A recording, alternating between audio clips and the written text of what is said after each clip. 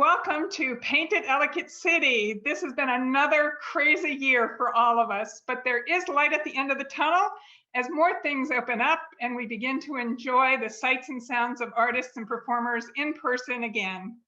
I'd like to thank all of the juried and open paint artists of all ages who came out to paint our charming mill town. We tackled the heat and rain creatively, and in a moment, we'll see the amazing work produced over the weekend.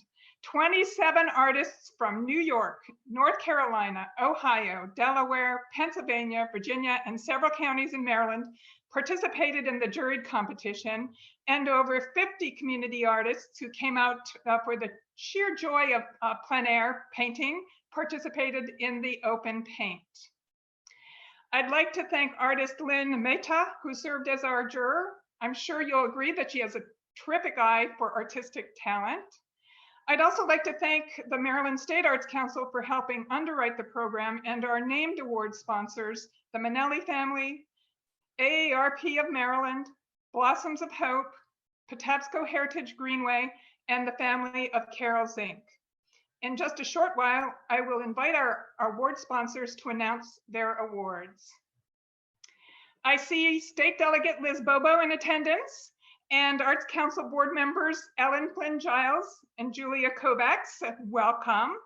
I'd also like to recognize our media and hospitality partner, Visit Howard County. They helped us with marketing support, and they're hosting the open paint exhibit at the Welcome Center, in which we've already sold a couple of pieces, so I'm delighted to hear that.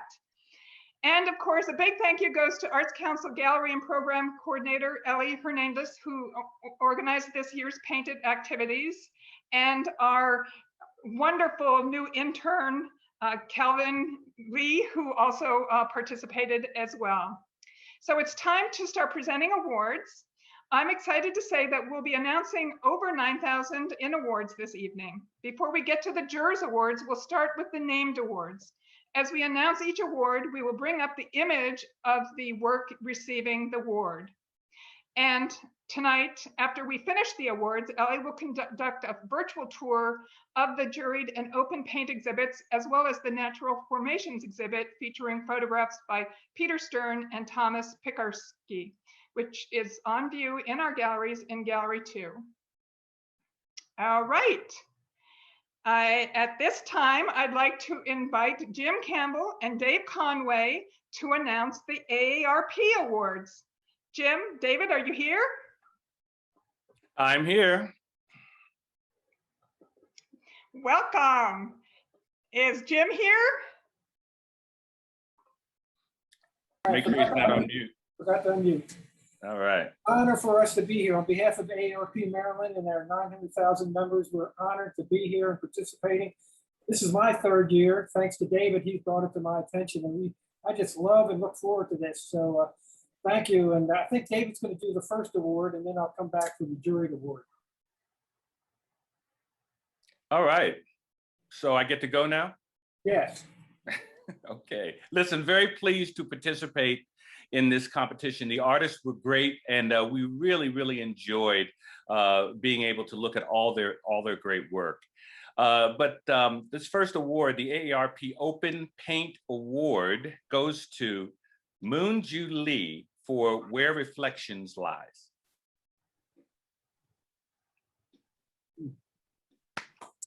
Well, that is awesome. Oh, I thank you. Thank you. Congratulations. Outstanding work. Oh, wow.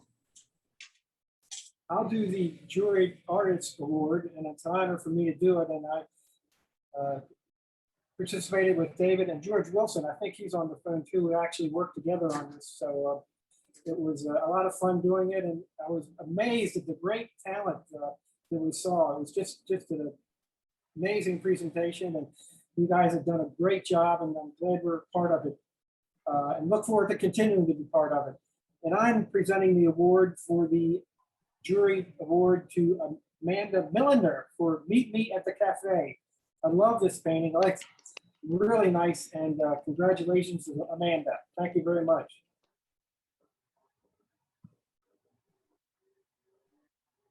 she there?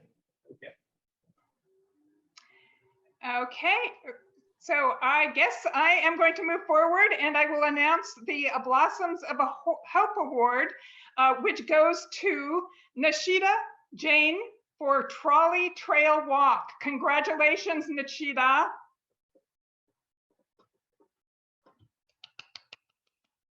And next, Erin Shapiro, the Executive Director of the Patapsco Heritage Greenway, will announce their award. Erin, are you here? I'm here. Awesome. Patapsco Heritage Greenway is incredibly proud to support Howard County Art Council's Painted event. PHG is the nonprofit managing organization for the Patapsco Valley Heritage Area, dedicated to preserving, protecting, interpreting, and restoring the environment, history, and culture of Maryland's most dramatic river valley. And so, on behalf of Patapsco Heritage Greenway, I'm pleased to announce that the prize for the best depiction of the Patapsco River goes to Kathleen Gray Farthing's Rush. Congratulations, Kathleen. And I want to comment that our award committee was particularly taken with the artist's ability to capture both the sense of calm combined with the forcefulness and energy of the Patapsco River. The painting invites the viewer into a lush space that captures nature's power as well as its solitude. And one can imagine the very rush of the river as a part of a multi-sensory experience when viewing this. So on behalf of PHG, thank you to all the artists who participated in Paint It, and we look forward to seeing you in person next year. Great, thank you, Erin. And I understand your group also purchased a piece that everyone can see tomorrow. If they go to the gallery, they'll see a nice red dot in the gallery as well. So thank you for that. We're delighted to do so. Thank you. Next, Amanda Hoff will announce the Carol Zink Open Paint Award. Amanda?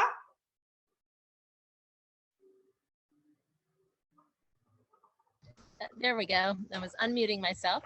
Good evening. It's great to see everyone, even if virtually. First off, I'd like to recognize and thank Colleen and Ellie and the Howard County Arts Council staff for their hard work in making this year's Paint It possible and also successful. Secondly, I'd like to thank all the artists for their participation and coming out last weekend. I know the weather had its challenges, but we still saw an amazing turnout of work and some very creative workarounds with the weather. As some of you may know, Visit Howard County runs the Howard County Welcome Center. We could not be more happy about hosting the open paint exhibit again after a few years where we were not able to. The works bring joy to our staff and the visitors. And now I'm taking off my tourism hat and putting on my daughter hat. My mother, Carol Ann Zink, was well known in the community for her artwork and passion for sharing it with others. She founded the Painting Together program at the Ellicott City 50 Plus Center.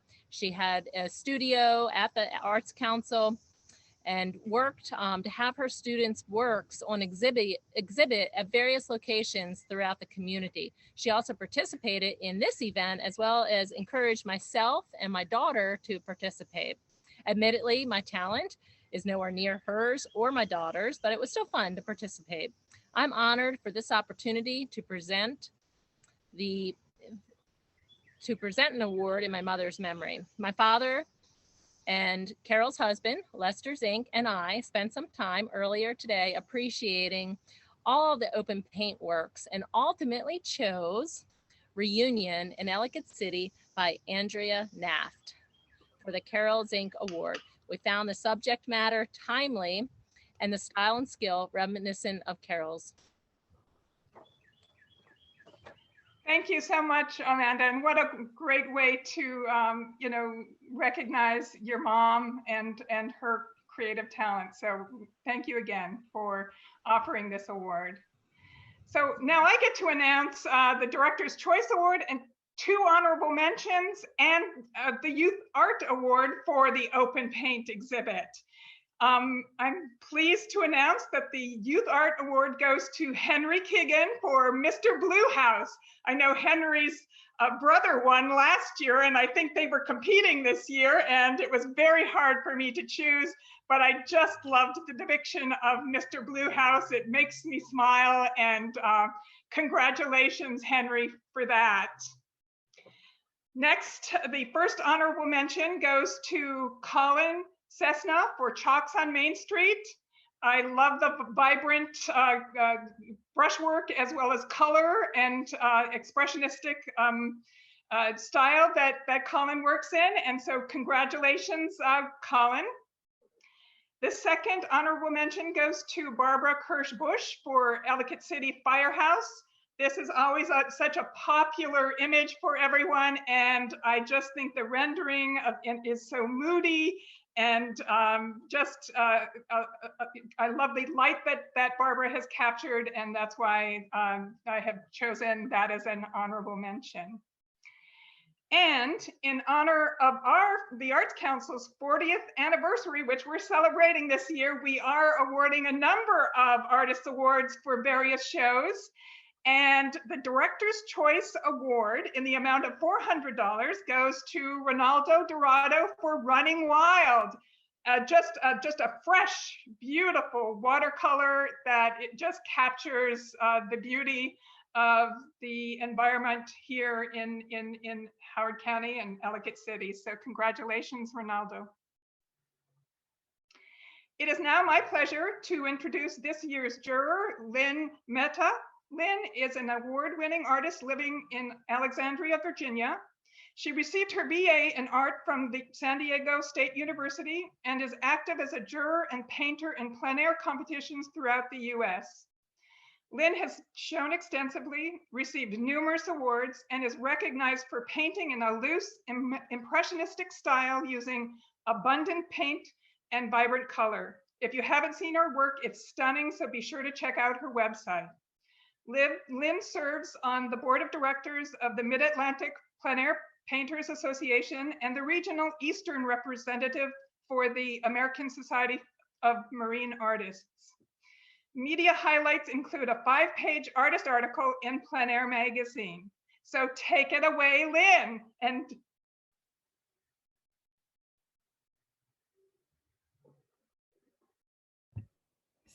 thank you, Colleen, and thank you, Ellie, and the Howard Arts Council for having me juror. I'm very excited to do this. It was a wonderful show. Selecting paintings for awards is no easy feat, especially when everyone produces wonderful work, as in this show. So when I selected the artists for this show, I looked for artists who had a command of their craft, their media, and additionally had an understanding of design, composition, color harmony, and value. I also looked for art that communicated more, which is often the more subjective part of choosing art and is the more emotive response, paintings that catch your imagination or your attention from across the room, or have you come back to look a second time. These are all paintings in the show that we can live with, enjoy, and become like old friends to us. The entire show here is a wonderful display of fantastic artwork. So let me go ahead and present the awards. I guess the first one is an honorable mention, goes to Kathleen Katarba for Built to Last. I love this painting of this house. It's a painting of a house. It's unavailable to see, but it is a bold painting. If you get a chance to go in and look at it, you should. It has wonderful, rich color and thick, juicy, marvelous brush strokes. It's such a treat. Congratulations, Kathleen. And the second award I'm giving, or the next honorable mention award, goes to Bruno Baron for Through a Rainy Windshield. This painting is so unusual and gutsy. Oh, it's Through a Rainy Windshield, Babe Ruth's Church. So it's so unusual and gutsy. It caught my attention and it really communicates what it intends. It's so very well painted. I love it. Congratulations, Bruno. The next honorable mention goes to Stacy Rogers for Down Main Street. This is a beautiful nocturne with a great dark light pattern, which I think is so important to achieve in a nocturne, and interesting color choices. It is a skillfully drawn painting. It's really nice. Congratulations, Stacy. And another honorable mention goes to Tom Ritchie for a Rainy Day Lunch Bunch. This painting has a great feeling and draws you right to it. And the paint application is fantastic. If you get a chance to go in and look at it up close and look at it from a distance, it really catches your eye. And what a great job. Congratulations, Tom. Well done.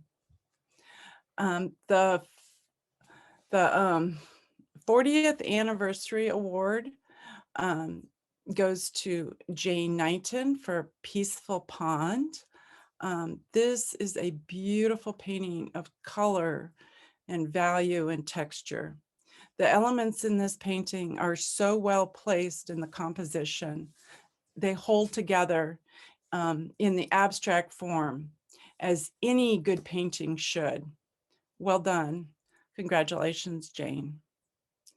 The next award goes for 5th place, and this goes to Christine Rappa for Sunday Kind of Love. This painting up close is unimaginable. It's a painting that you can study for a long time. There is so much going on in it with color, value, and brushwork. The paint handling and mark making are just excellent. And it's a very evocative piece. Really beautiful. Congratulations, Christine. The next award is a 4th place, and it goes to Nishita Jain for Trolley Train Walk. And this is a great painting with wonderful values, atmosphere, and gorgeous calligraphic marks. To me, it has a lyrical quality. It is a complete and marvelous composition. Beautiful painting. Congratulations, Nishita.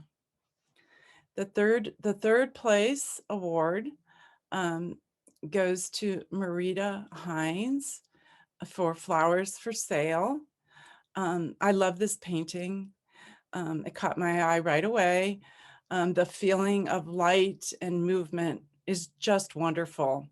In addition to being successfully painted with good values and color and drawing, it communicates to me a feeling of optimism and joy. It's a treat. Congratulations, Marita. It's a beautiful painting. The second place award goes to a pastel, Erin Gill for A Rainy Day at Frederick Road. I'm not sure that this is it. This painting caught my eye from across the room. The artist achieved what can be so difficult in any painting, much less plein air, and that is pulling together multiple elements. The foreground of plants and foliage, the buildings in the distance, and the vertical poles. It successfully keeps our eye moving through it and back to the blue house. And it was actually her other painting that if I got the name confused, I apologize. I was looking at both of her paintings. So the one that I gave the award to was a vertical. So congratulations, Erin. Okay. And if you go into the gallery, it'll catch your eye right away. It's a large vertical and it's a beautiful painting. The next award and this is a wonderful award that Howard County Arts Council gives, and that's the Gino Award. And there's two of them, and one goes to Rajendra KC for Little Market Cafe, a watercolor. It's a truly remarkable painting of line, shape, texture, rhythm, and composition. From a distance, this painting instantly drew me in and held my attention. Up close, there is so much to see and many pleasant surprises, such as the chair in the foreground, which is unusually placed and creates a more dynamic foreground space. It's a masterfully painted watercolor. Congratulations, Rajendra. Well done. The next Gino Award goes to another watercolor, Michael Kotarba, Water Like Wine. This beauty of a painting caught my eye with its wonderful sensitivity to light and the rhythm and movement throughout, which any successful painting should possess. The skill of the artist is evident. It's a very harmonious painting, and I was particularly drawn to the interesting variety of shapes and the dynamic composition. I returned many times to this painting in order to enjoy it. It's a beautiful painting. Congratulations, Michael. Congratulations to everyone. What a beautiful show. All the paintings were really beautiful. I had a hard time choosing. Everyone was fantastic. Congratulations to the award winners. And thank you to Ellie and Colleen and everybody. Great. Well, thank you, Lynn. It is incredible work, incredible recipients. Thank you so much for doing this for us. And congratulations to all the award recipients. I would like to mention that the Gino Awards are named after Gino Manelli, a longtime artist and gallery owner in Ellicott City, who established his career early on and became quite reputable in the art world, and had lots of followers. And I know that his son, Julian Manelli, is with us tonight, and I just want to again thank him so much for having this idea of Painted at Ellicott City and helping us execute it for so many, many years. So thank you, Julian, and the Manelli family. I invite all of you on Zoom tonight to visit our gallery and the Welcome Center to see the plein air work in person. And I hope you are all here next year as Ellicott City celebrates its 250th birthday. So I can't wait to see what is produced next year. And at this time, I'm going to turn the mic over to Ellie, who's going to take us through the natural formation and the juried and open paint exhibits virtually. So enjoy. Thanks, Colleen. Thank you, Lynn, and everyone else for all your awards. I'm sure all the artists are very excited. I know I was really happy to see, so many great artists recognized. So we're going to switch some gears over to Gallery 2, Natural Formations. This, let me get my notes here. This exhibit features photographers Thomas Pekarski and Peter Stern, who will talk about their artworks and artistic practices. And as they speak, I'll share a walkthrough of the virtual exhibit. Here's a photo of the in-person exhibit. I hope everyone will get a chance to see it in person. Of course, it's so much better, when you get to see the artworks live and in person. But we're gonna switch our gears over to the virtual exhibit here. And Thomas and Peter, if you wanna, I'll invite you guys to speak. We're gonna start first with Thomas. And let me just make it so he can unmute himself. Thomas is a New York City multimedia visual and performance artist. So Thomas, if you want to speak about your work, we'd love to hear about your photos. Hi, Ellie. Thank you so much for having me. It's really exciting to be exhibiting with you. And thank you to Colleen and everyone at the Arts Council for having me. And the photograph you just showed of the in-person exhibit, that is very beautiful. So very nice work, everyone. I'm really excited about presenting with you, and you did a beautiful job with the installation. I started traveling internationally in the early 2000s, and I started traveling on a bicycle, mostly through Europe. And in 2008, I went to Iceland for an entire month and started to fall in love with the Arctic climate and the Arctic landscapes. And on my way back to New York from that trip, my plane flew over Greenland, and it was the most amazing thing I'd ever seen in my life. Seeing the ice from the air, seeing the mountains peeking out through the ice. And I immediately opened my travel book for Iceland. They had a little section in the back on Greenland. And it said in the book, if you've been to Iceland and you loved it, Greenland is 100 times better. So the next summer, I went to both. I went to Iceland first, and then I went to Greenland. In Greenland, there's no roads that connect towns together. So I took the bicycle on the tiny little plane anyway, because all my gear fits on the bicycle.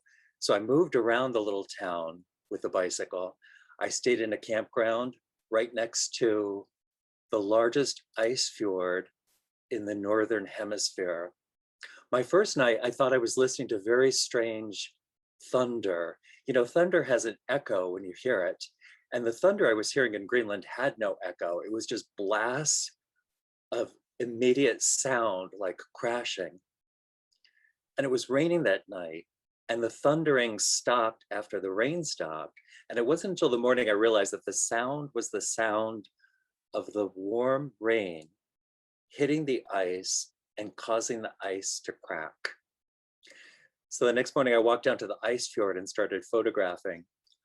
Most of the photographs you see in this exhibit were shot from a moving boat.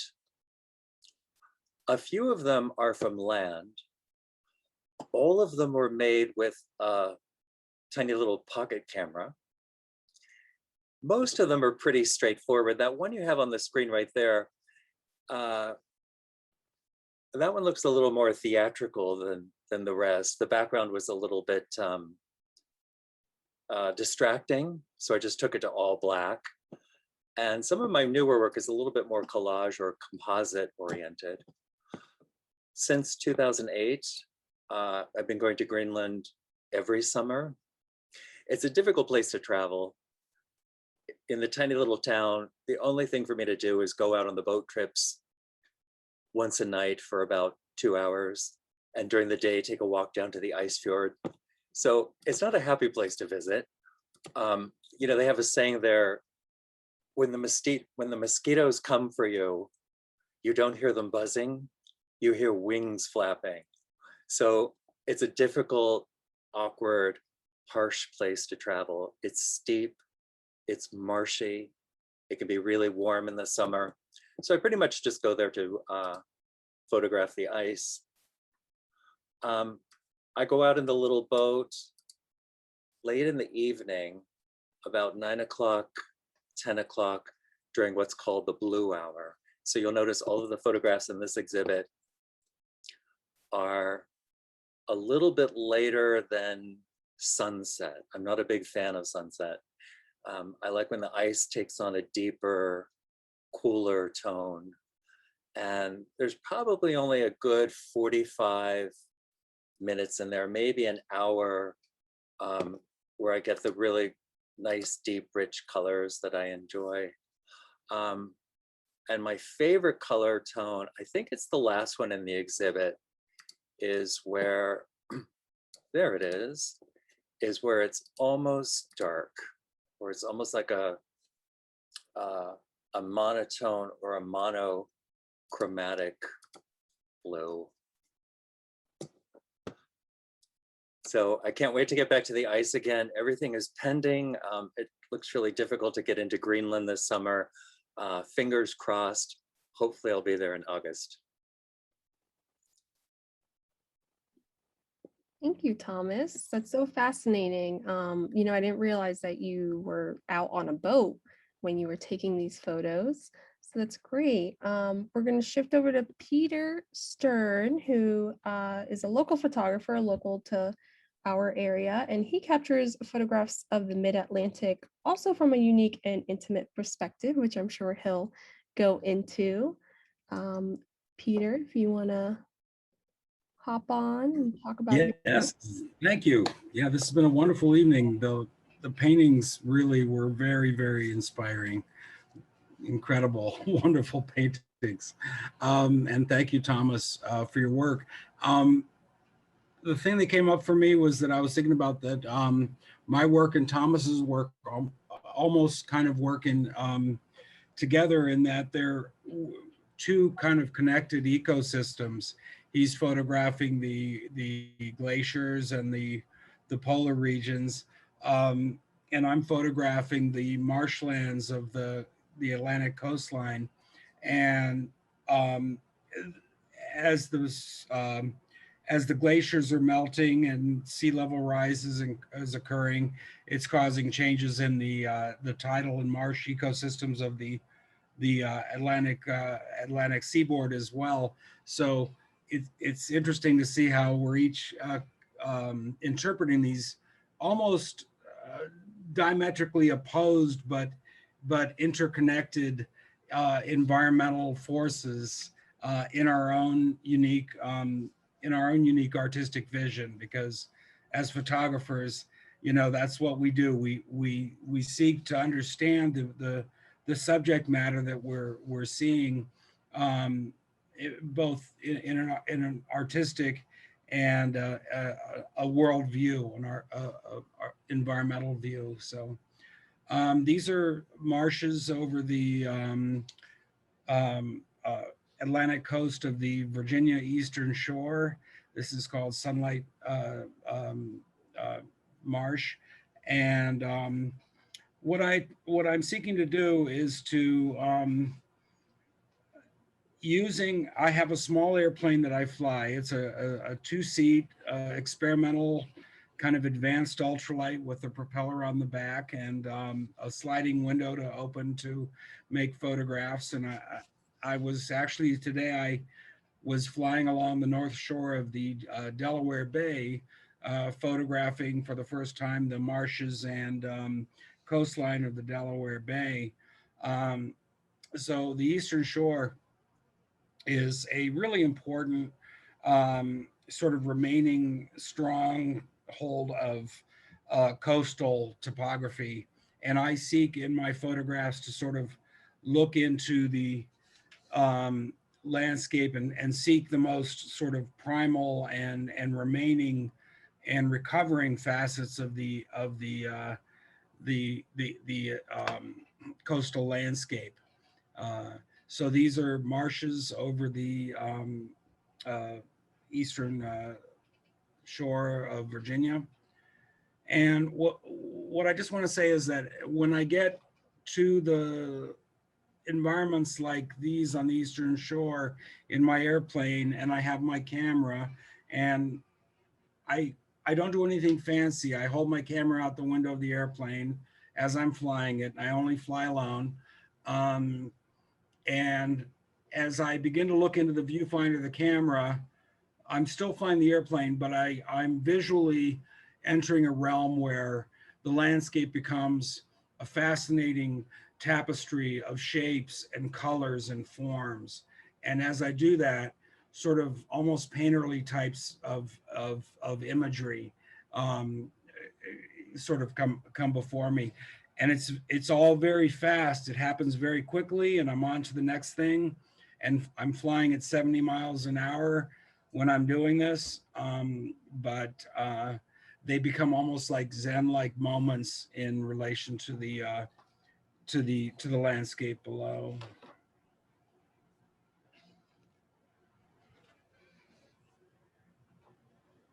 And this is an image called Tidal Sinew. It's tidal estuaries in Accomack County, Virginia. And an interesting thing about aerial photographs is that the micro becomes macro, and what we see from the sky begins to resemble the interior structures down to body parts and elements of biological elements. And this was remarkable because I was in the air at exactly at the break of dawn, and 10 minutes later I made this photograph, and so the shadows on the lit banks contrasting with the shadows on the shadowed banks almost create a reverse element where it looks like the water is rising from the land. It's kind of an optical illusion. Um, it happens if you look into it for too long. So yeah, the Lower Eastern Shore. I mean, these are islands off the lower Virginia part of the eastern shore of Maryland. And what happens is when I make these photographs, oftentimes like these kind of these anthropomorphic kind of shapes and figures start to come out, and whether I intended to or not, I end up with things like this kind of funny sort of Beatles Yellow Submarine kind of Peter Max creature on the right, kind of speaking into this ear, which is really a beautiful lagoon, which has since been kind of washed away in the Chesapeake Bay. So the simple interpretation of these landscapes opens up a lot of different kinds of alternative interpretation.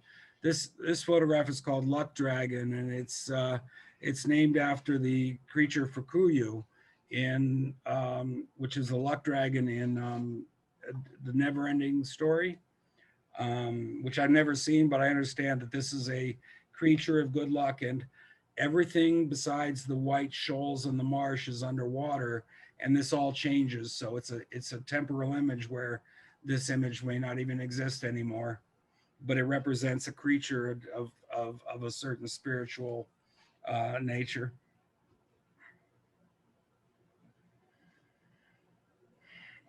Well, I'm happy to say that this photograph earned us like a second place in a show at I forgot the name of the gallery in New York last year, my first ever. I flew out over the marshes of Watchprig in Accomack County, Virginia, 2 years ago, and everything appeared in this incredible turquoise rust color palette. And given all of that, these images, sort of appeared.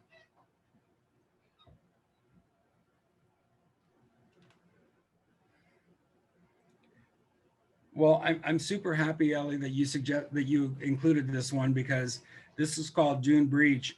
And not only does it kind of have this sort of artistic flow of minute elements kind of rearranging into other artistic elements, but what it shows is the power of the ocean. This is actually where over the last 10 years, the Atlantic Ocean has actually, in nor'easters and hurricanes, broken through this powerful 12-foot dune that of Matomkin Island on the Virginia barrier islands.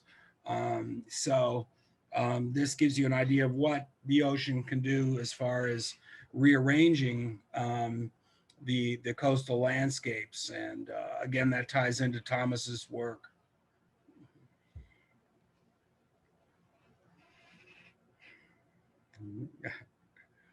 Wow. I'm thankful to have a chance to talk about each one. This is simply a traditional marshland on the eastern shore of Maryland.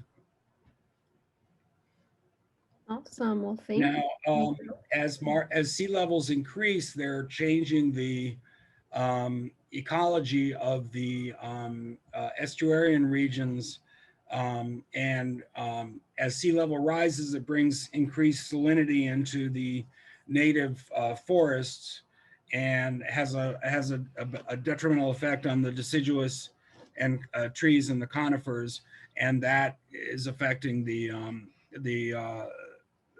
wildlife on the eastern shore, and that's something that's being looked at very closely. So this is really kind of a study of the currently existing ecological balance of the Blackwater Wildlife Refuge system.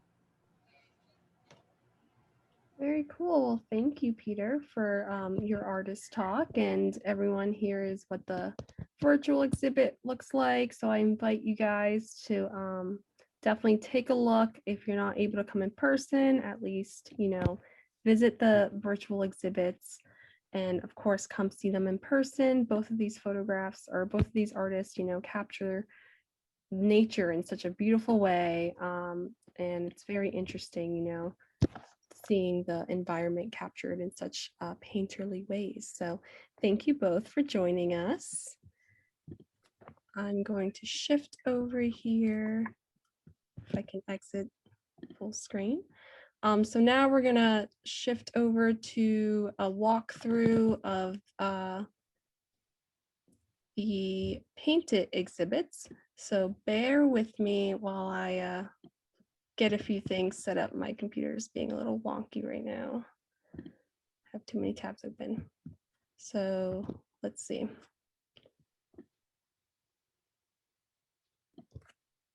So here is the painted virtual walkthrough, and we're just going to do a guided tour.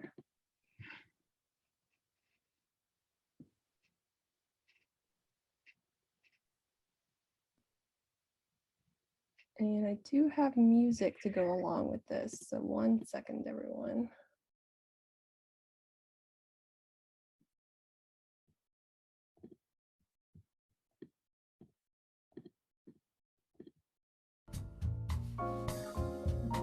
Now it feels like we're in a real reception.